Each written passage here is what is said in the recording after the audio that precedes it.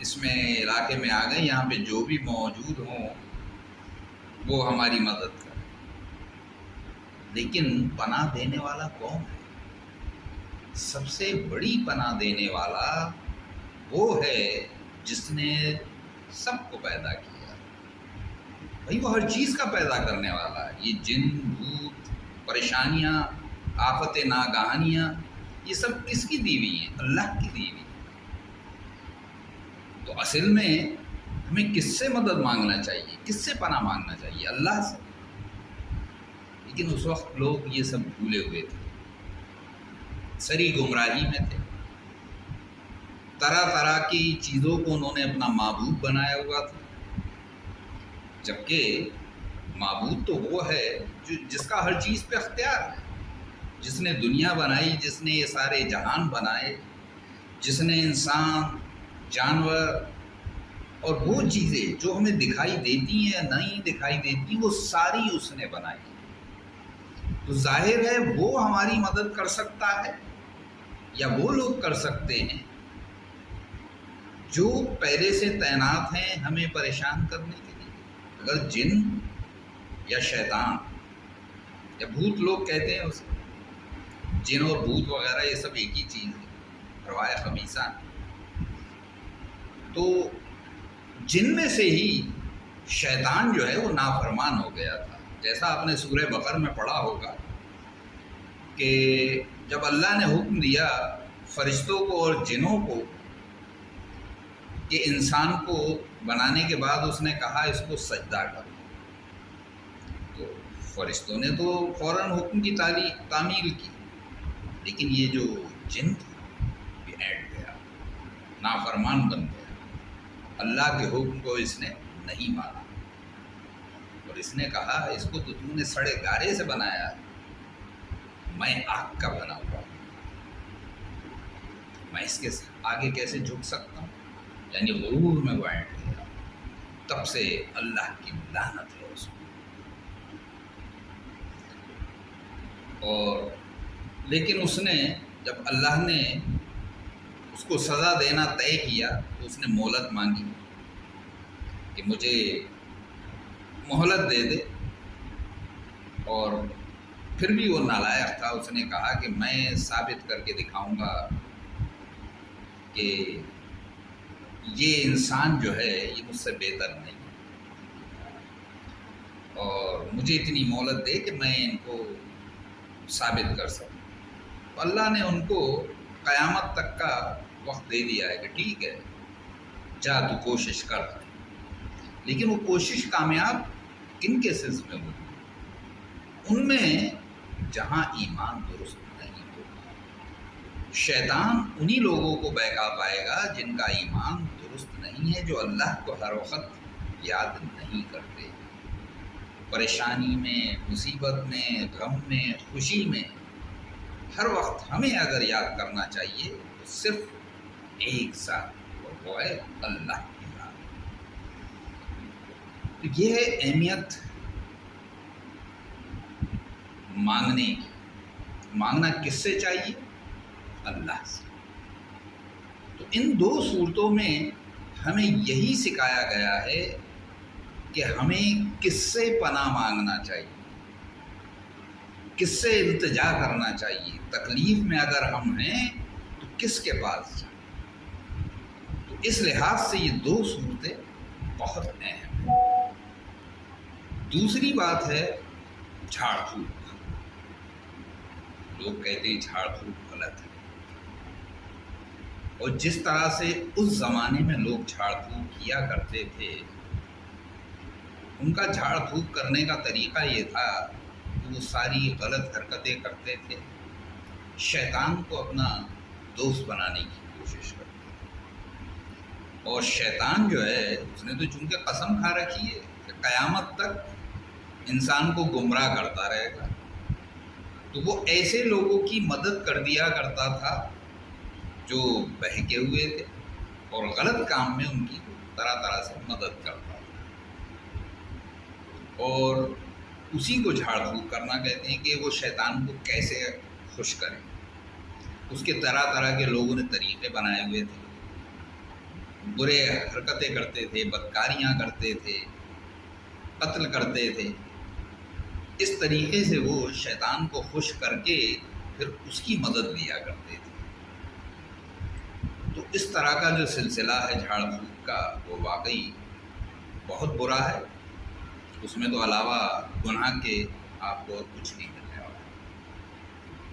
لیکن ہاں، اگر آپ انسانی بھلائی کے لیے، اس دنیا کی بھلائی کے لیے اللہ کی آیتوں کا، اللہ کی صورتوں کا استعمال کریں، صرف ایک بات یاد رکھیے، بھلائی کے، جس میں کسی نہ کسی انسان یا دنیاوی بھلائی شامل ہو، اس کے لیے اگر اللہ کی آیتوں کا آپ استعمال کریں گے تو وہ جائز ہے، اس میں کوئی حرج نہیں، کوئی مضائقہ نہیں۔ اگر کسی کو نقصان پہنچانا چاہتے ہیں تو اس طرح کا پڑھنا پھونکنا یہ سب ناجائز ہے، بہت برا ہے۔ ایسا کرنے والا صرف گناہ کا مستحق ہے۔ تیسرا سوال اٹھتا ہے وجہ، کہ یہ جو آیتیں ہمارے رسول پاک صلی اللہ علیہ وسلم کے پاس اتری، ان کو دی گئیں، تو وہ کیوں دی گئیں، کس وقت دی گئیں، اور ان کا کیا انہوں نے فائدہ اٹھایا؟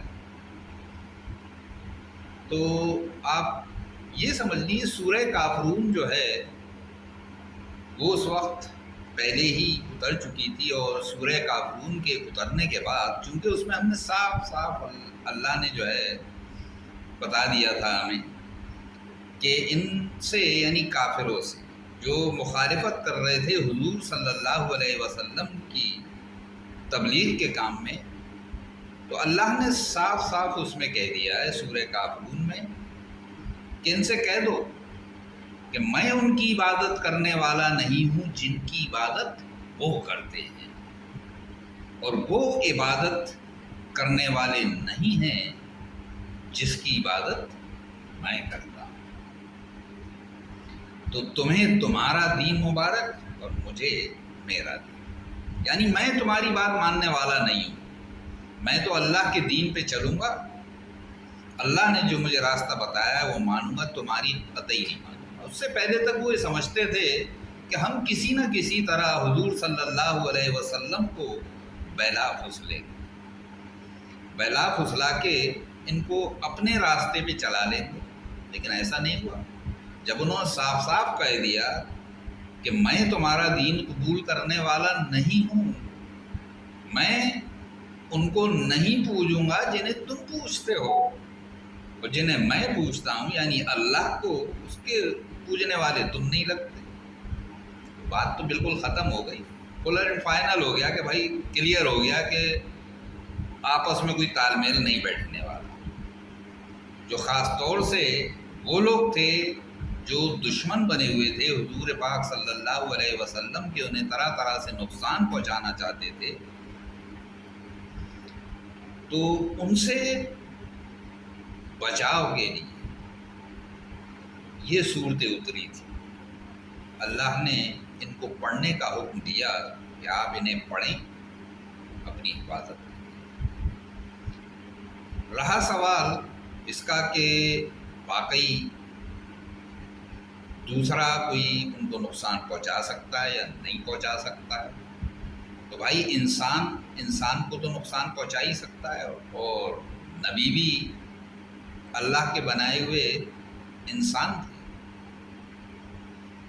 وہ بھی ہماری طرح گوشت، ہڈی اور خون ان سب چیزوں سے بنے ہوئے تھے۔ دنیاوی تکلیفیں انہیں بھی ہو سکتی تھی، جسمانی تکلیفیں انہیں بھی ہو سکتی تھی۔ یہ الگ بات ہے کہ اللہ کی ان پہ خاص مہربانی نہیں رہتی تھی، اور ان کو ہر موقع پہ اللہ کی طرف سے مدد پہنچتی تھی جب بھی وہ لوگ مدد مانگتے تھے اللہ سے۔ اور جادو کی بات ہے وہ یوں کہ یہ جو اتری تھی، دیکھیے اس کے اترنے میں بھی الگ الگ لوگوں کے خیال ہیں. کچھ لوگوں نے کہا کہ مکہ میں اتری، کچھ نے کہا مدینے میں اتری، لیکن غلط دونوں کی بات ہے. دونوں باتیں صحیح. اس کی وجہ یہ ہے کہ بہت سی صورتیں ایسی ہیں جو ضرورت پڑنے پہ دوبارہ تبارہ سہبارہ آئیں. اسی طرح سے یہ صورتیں بھی دوبارہ واپس مدینے میں ان کے اوپر نازل ہوئی. یعنی پہلے مکے میں نازل ہو چکی تھی جب وہ پریشانی میں تھے، تو اللہ نے پریشانیوں سے نمٹنے کا ان کو طریقہ یہ بتایا کہ ان دونوں کو پڑھا کرو. تو ہمارے رسول پاک صلی اللہ علیہ وسلم سونے سے پہلے یہ دونوں صورتیں اور سورت اخلاص ان کو ملا کے پڑھا کرتے تھے، یعنی آخر کی تینوں صورتیں، اور تین تین بار پڑھ کے اپنے ہاتھوں پہ دم کرتے تھے اور اس کو پورے جسم پہ پھیر لیا کرتے تھے. تو اسی لیے ان کو پناہ دینے والی صورتیں کہا گیا ہے. معوذتین یہ نام جو پڑا ہے ان کا اسی لیے کہ اللہ نے ان صورتوں میں یہ برکت دی ہے کہ آپ کو ہر طرح کی مصیبت سے یہ بچاتی ہے. اور حضور پاک صلی اللہ علیہ وسلم کو انہوں نے اس سے بچایا. تو سب سے پہلے میں واقعہ بتاؤں گا. ایک بار حضور پاک صلی اللہ علیہ وسلم نماز پڑھ رہے تھے. نماز پڑھتے میں ایک بچھو نے ان کے کاٹ دیا. اس بچھو نے ڈنک مارا اور اس کا زہر ان کے اوپر چڑھنا شروع ہو گیا. نماز پڑھ کے انہوں نے بچھو پہ لعنت بھیجی اور انہوں نے پانی اور نمک منگایا. نمک کو پانی میں گھول کے وہ اس جگہ کو جہاں بچھو نے کاٹا تھا پانی ملتے رہے، وہ نمکین پانی جو تھا، اور 4 صورتیں پڑھتے رہے. اور وہ چاروں تھے چاروں کل، یعنی سورہ کافرون، سورہ اخلاص، سورہ فلق اور سورہ ناس. ان چاروں کا ورد جب تک کرتے رہے جب تک کہ اس کے زہر کا اثر زائل نہیں. تو اس بات سے بھی یہ ثابت ہے کہ کسی بھی تکلیف میں جب انسان جسمانی یا روحانی تکلیف میں ہے تو یہ صورتیں آپ کو مدد کریں. اس کے بعد مدینہ منورہ میں ہمارے رسول پاک صلی اللہ علیہ وسلم پر جادو کا اثر پڑا تھا. کچھ لوگوں نے تو اس پہ بھی بحث کی کہ ایک نبی کے اوپر کسی چیز کا اثر کیسے ہو سکتا ہے. اگر جادو کا اثر ان پہ ہو سکتا تھا تو جادو کے زور سے تو ان سے آدمی کچھ بھی کہلوا لیتا. لیکن وہ جو جادو کا اثر ہوا تھا وہ ایسا نہیں تھا کہ جس کی وجہ سے وہ کوئی غلط کام شروع کر دیتے، اپنے آپ کو بھول جاتے، دنیا کو بھول جاتے. ایسا نہیں. لیکن ہاں تھوڑا سا مغالطہ یہ ہونے لگا تھا ان کو کہ جو کام کر لیتے تھے پھر بھی کنفیوژن رہتا تھا، دماغ میں شک و شبے رہنے لگے تھے، یہ واقعی میں نے کر لیا یا نہیں کر لیا. لیکن ایک نبی کی جو ذمہ داریاں ہیں اس میں کبھی کوئی کمی نہیں ہے. نہ وہ نماز کی کوئی آیت بھولے، نہ وہ اللہ کی طرف سے جو باتیں بتائی گئی تھیں، جو طریقے بتائے گئے تھے وہ بھولے تھے. وہ نماز بھی پڑھاتے تھے، سورتیں بھی پڑھتے تھے، کہیں کوئی کمی نہیں آئی. تو ہوا یہ تھا کہ یہودیوں کا ایک دستہ آیا تھا مدینے میں اور انہوں نے ایک جادوگر کو، مدینے کا جو سب سے بڑا جادوگر تھا لبید بن عاصم، اس کو 3 اشرفیاں دی اور اس سے کہا کہ ہم بہت کوشش کر چکے، ہم نے جادو سے بھی کوشش کی مگر ہم رسول پاک صلی اللہ علیہ وسلم کو کوئی نقصان اب تک نہیں پہنچا پائے، اس لیے ہم تمہارے پاس آئے ہیں۔ ہمیں یہ پتہ چلا ہے کہ تم بہت بڑے جادوگر ہو، تم ہم سے بھی بہت بڑے جادوگر ہو۔ تو انہوں نے ان کو، اس جادوگر کو 3 اشرفیاں دیں، یہ رکھو اور ہمارا یہ کام کر دو کہ انہیں کوئی، یعنی حضور پاک صلی اللہ علیہ وسلم کو کوئی بڑا نقصان پہنچا دے جس سے تکلیف میں آ جائیں۔ تو یہ جو کام کر رہے ہیں، کون سا کام؟ دین کی دعوت کا، اسے بند کر دیں، انہیں اس سے پریشانی تھی، چونکہ وہ اپنا جو طریقے تھے اس کو نہیں بدلنا چاہتے تھے، وہ سدھرنا نہیں چاہتے تھے، وہ اسلام کی دعوت کے سخت خلاف تھے۔ تو اس جادوگر نے یہ کیا کہ حضور پاک صلی اللہ علیہ وسلم کے گھر میں اس وقت ایک لڑکا تھا جو کہ نوکر کی حیثیت سے کام کرتا تھا، اس کو کچھ لالچ دے کے حضور کے گھر سے ان کی کنگھی کا ٹکڑا منگوایا جس میں حضور صلی اللہ علیہ وسلم کے کچھ بال بھی تھے۔ اس پہ اس نے جادو کیا، ایک تانت لیا، اس میں 11 گرہ باندھی، ہر گرہ پہ اس نے کچھ جادو کا جو اپنا طریقہ تھا وہ پڑھ کے اس نے پھونکا، اور ایک موم کا پتلا لیا جس میں 11 سوئیاں چبھی، اور اس کو کھجور کے نر خوشے میں لپیٹ کے، وہاں ایک کنواں تھا، اس کنویں کی تلی میں ایک پتھر کے نیچے دبا دیا۔ تو اس سے 1 سال تک دبائے رہنے کے بعد حضور پاک صلی اللہ علیہ وسلم کے اوپر اس کا تھوڑا اثر ہونا شروع ہوا۔ ایک تو وہ بھولنے لگے، دوسرے دماغ میں خلفشار پیدا ہونے لگا کہ میں نے کام کر لیا ہے، نہیں کیا ہے، تو اس طرح کا ان کو تھوڑا سا بھولنے لگے تھے۔ لیکن جہاں تک نبی کے کام کا ایک رسپانسبلٹی تھی، جو ذمہ داریاں تھیں، اس میں وہ کبھی پیچھے نہیں ہٹے، اس میں کوئی کمی نہیں آئی۔ تو آپ یہ نہیں کہہ سکتے کہ اس جادو کا پورا اثر ہو گیا تھا، لیکن ہاں تھوڑی تکلیف میں آ گئے تھے۔ تو جب وہ تکلیف سے بہت پریشان تھے اور اللہ سے انہوں نے دعا مانگی کہ اے اللہ میری مدد کر اور مجھے اس تکلیف سے نجات عطا فرما، تو جب دعا کی تو اللہ نے ایک دن،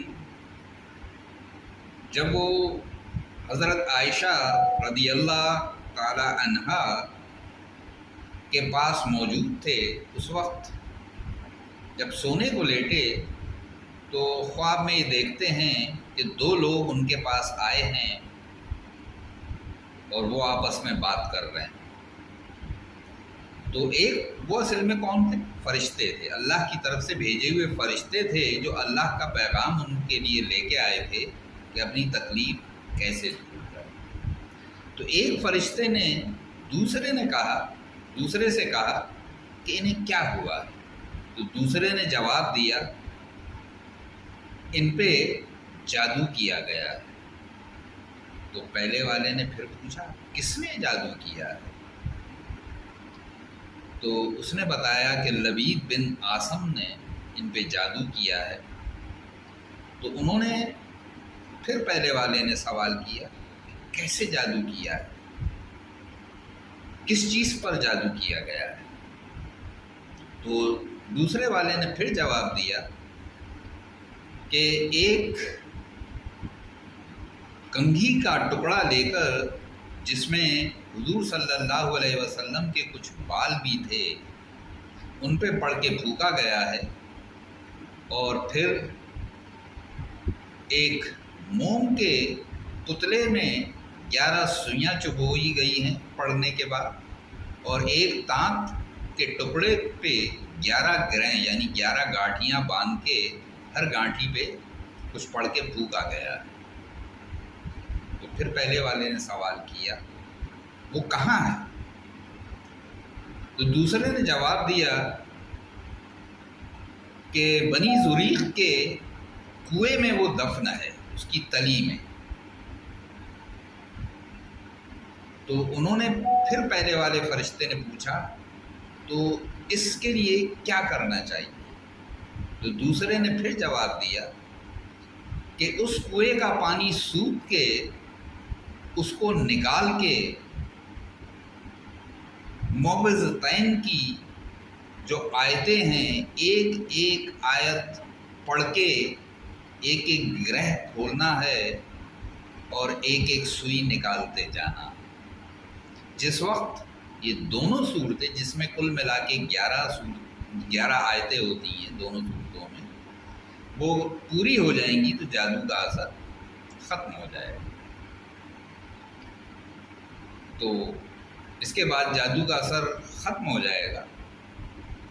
تو جب حضور پاک صلی اللہ علیہ وسلم کی نیند کھلی تو انہوں نے حضرت عائشہ رضی اللہ عنہا سے اس کا ذکر کیا کہ آج میں نے ایسا دیکھا ہے۔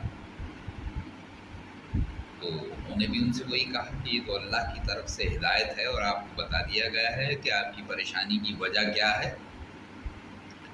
تو انہوں نے حضرت علی کے ساتھ کچھ لوگوں کو وہاں بھیجا اس کنویں پہ کہ جائیے اور اس کا پانی پہلے خشک کیجیے، اس کا پانی جو ہے نکال کے باہر پھینک دیجیے۔ تو وہ کچھ صاحبہ کو اپنے ساتھ لے کے گئے اور اس کے پانی کو باہر نکالنا شروع کر دیا۔ جب وہ پانی نکال چکے تھے اس وقت تک ہمارے رسول پاک صلی اللہ علیہ وسلم بھی کنویں پر پہنچ گئے تھے۔ تو انہوں نے حکم کیا اس کی تلی میں ایک پتھر کے نیچے اس طرح سے کھجور کا نر خوشہ جو ہے وہ دبا ہوا ہے، اسے نکالا جائے۔ تو وہ لوگوں نے نکالا اس کو، تو اس کے اندر دیکھا گیا تو واقعی دانت کی ایک رسی سمجھ لیجئے یا ڈوری سمجھ لیجئے، اس میں 11 گرہ باندھ کے رکھا گیا تھا۔ کنگھی کا وہ ٹکڑا تھا اور ایک پتلا تھا جس میں 11 سوئیاں چبھی ہوئی تھیں۔ جیسا جیسا فرشتوں نے بتایا تھا بالکل ویسا ہی وہاں نکلا۔ تو اس لیے رسول پاک صلی اللہ علیہ وسلم معوذتین یعنی ان دونوں صورتیں، یعنی سورہ فلق، سورہ ناس، ان کی ایک ایک آیت پڑھتے گئے، ایک ایک گرہ کھولتے گئے اور ایک ایک سوئی نکالتے گئے۔ جس وقت یہ 11 سوئیاں نکال دی گئیں اور 11 گانٹھیں کھل گئیں تو ایک دم ایسا معلوم ہوا ہمارے رسول پاک صلی اللہ علیہ وسلم کو جیسے ان کو کسی چیز سے باندھا ہوا تھا اور وہ آزاد ہو گئے، یعنی جادو کا اثر ختم ہو گیا۔ تو اس واقعے سے پتہ چلتا ہے کہ جادو ٹونا جو ہے یہ حق ہے، جب نبی پہ ہو سکتا ہے تو ہم لوگوں پہ بھی ہو سکتا ہے۔ تو اس سے بچنے کا طریقہ بھی یہی ہے کہ آپ یہ 2 صورتیں پڑھتے رہیں۔ ہمارے رسول پاک اس کے بعد سے ان دونوں کے علاوہ سورہ اخلاص بھی ملا کے ان تینوں صورتوں کو رات میں سوتے وقت کم سے کم 3 مرتبہ ضرور پڑھا کرتے تھے۔ پڑھ کے اپنے دونوں ہاتھوں پہ پھونکتے تھے اور سارے جسم پر مل لیا کرتے تھے۔ اور حد یہ ہے کہ جب ان کا وصال ہوا اس سے پہلے جب ہلنے ڈلنے سے بھی وہ مجبور ہو گئے تھے تو انہوں نے حضرت عائشہ رضی اللہ عنہا سے کہا کہ یہ کام یعنی ان 3 صورتوں کو پڑھنے کا کام جس طرح وہ کیا کرتے تھے وہ کر دیں۔ وہ ان کے انتقال کے وقت تک اسی طرح پڑھ کر ان کے ہاتھوں پر ڈوبتی رہیں اور انہی کے ہاتھوں سے رسول پاک صلی اللہ علیہ وسلم کے ہاتھ کو ان کے جسم پر پھینک دی۔ تو یہ اہمیت ہے ان 2 صورتوں کی، یعنی معوذتین۔ لیکن ہمارے رسول پاک صلی اللہ علیہ وسلم جو ہیں اپنے ذاتی دشمن کو کبھی سزا نہیں دیتے تھے۔ انہوں نے لبید بن اعصم کو بلوایا اس نے جب اس پہ سختی کی گئی اس نے فوراً بتا دیا، اپنا گناہ قبول کر لیا کہ ہاں میں نے ایسے ایسے جادو کیا تھا، مجھے یہ بوڑھیوں نے لالچ دیا تھا، اتنا پیسہ دیا تھا۔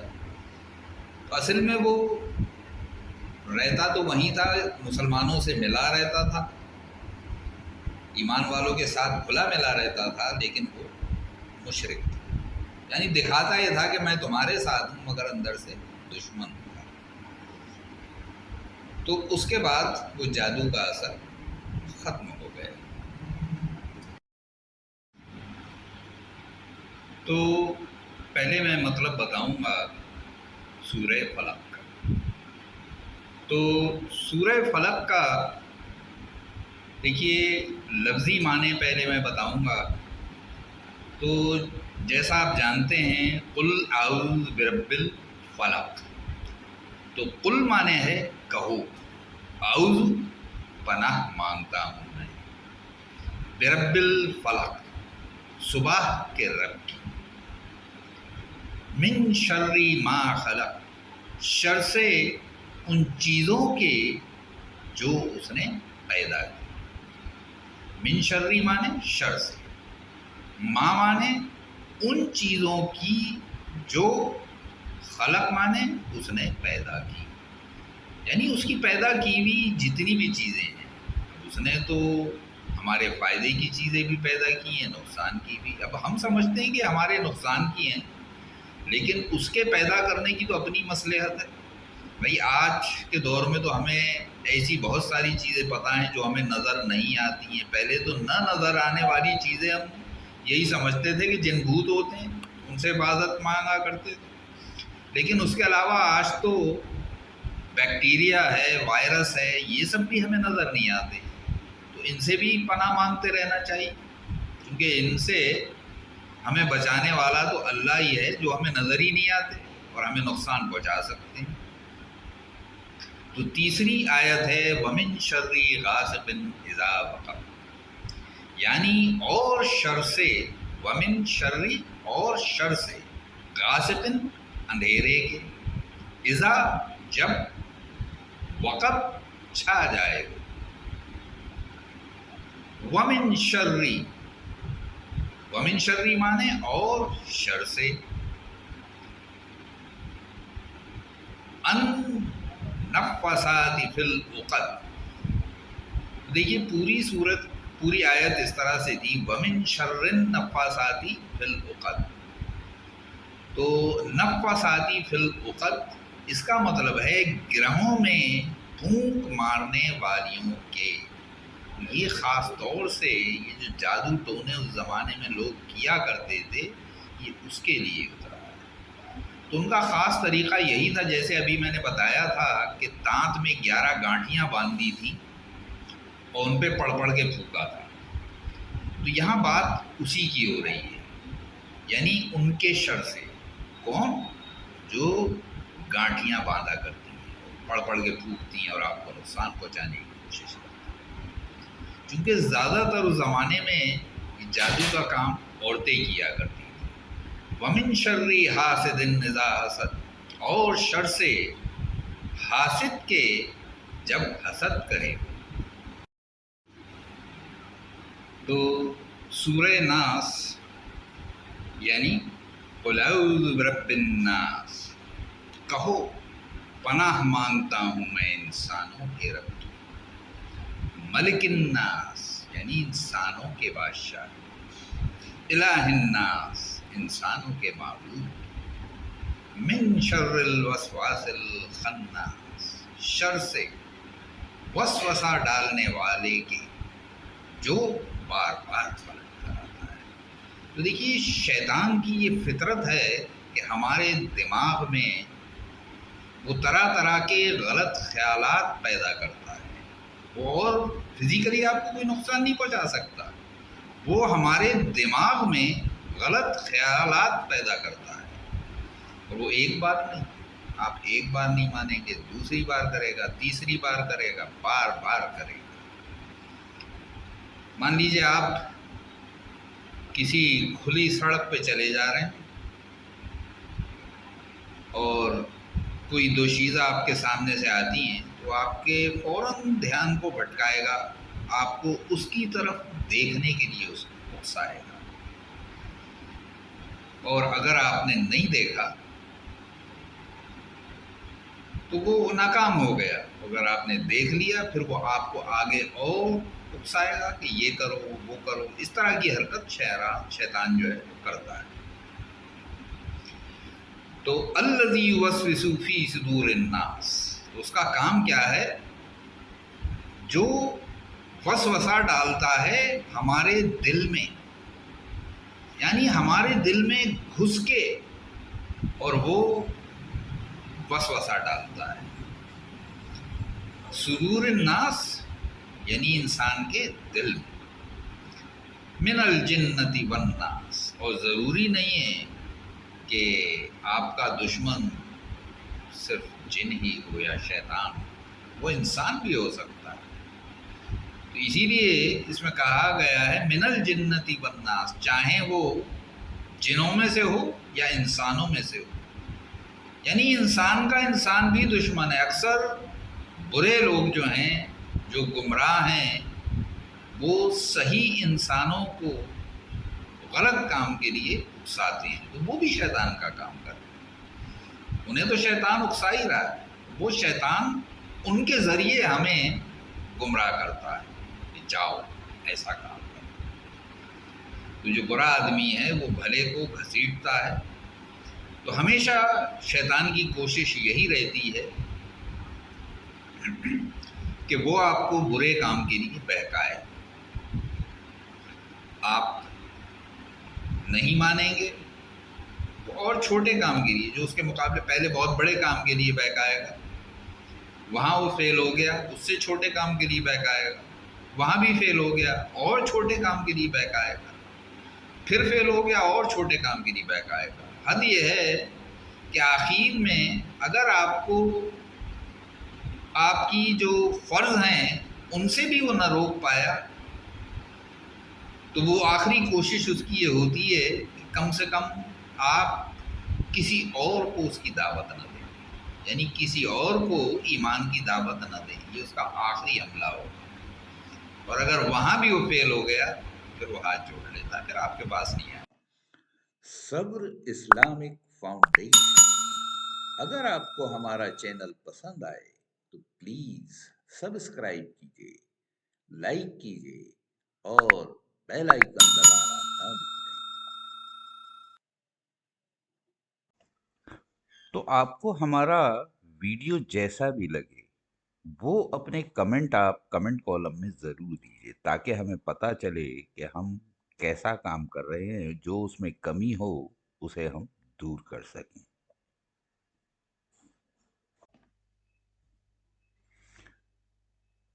Please visit our channel again. براہ کرم ہمارے چینل پر دوبارہ آئیں. کرپا کر کے ہمارے چینل پر پھر پدھاریں.